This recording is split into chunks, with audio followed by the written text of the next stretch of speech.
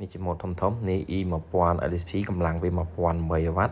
យើងមានរុន AC ដល់តែ3យើងអាចប្រើបានច្រើនឧបករណ៍ហើយនឹង USB នេះចំហៀងហើយមួយនេះគឺ E 1500គឺកម្លាំងវា2002 W មានរុន AC តែ2ទៀតនិង USB ដូចគ្នា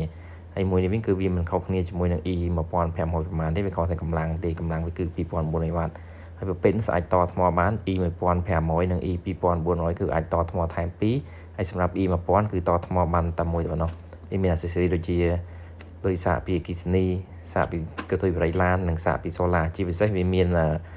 សម្រាប់ចាប់កើកុយឡានជាជាងកើកុយឡានបានគឺមានតែ2ម៉ូតនេះដែលអាចកើកុយបានគឺ E 1500និង E 2000 E 1000គឺអត់បានទេអញ្ចឹងយើងប្រើបានស្ទើរតែគ្រប់ឧបករណ៍អេឡិចត្រូនិកក្នុងផ្ទះតែម្ដងដូចជាឆ្នាំងដាំបាយកំសៀវទឹកម៉ាស៊ីនចំហុយឆ្នាំងអាំងសាច់អីផ្សេងអញ្ចឹងវាងាយស្រួលចល័តងាយស្រួលម្លាទីយើងអាចដោតសាក់ប្រើបានច្រើនឧបករណ៍ក្នុងពេលតែមួយតែម្ដងជាពិសេសដូចនារីបងស្រីទៅការ make up គៀបសក់បាទផ្លុំសក់អីខាងសាឡនគឺយើងមានដូចគ្នាចឹងជួយសម្រួលការងារបងចប់ឲ្យហើយតែម្ដងហើយបើសិនបើដាច់ភ្លើងទៅការម៉ាស៊ីនជែកយើងតថ្មថែមយើងអាចប្រើជាមួយម៉ាស៊ីនជែកបានចឹងវាយូរឆាប់វាអាស្រ័យលើថ្មថែមយើងថែមថ្ម1 2 3ទៅវាអាចប្រើបានច្រើនម៉ោង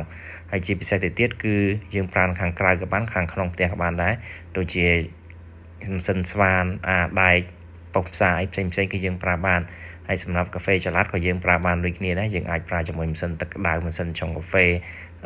ម៉ាស៊ីនកិនអីផ្សេងចឹងវាជួយសម្រួលការងារបងបានច្រើនឧបករណ៍តែម្ដងហើយងាយស្រួលក្នុងការចល័តបំលាទីអាចសាកបញ្ចូលវិញតាមរយៈ solar និងអគ្គិសនីបាន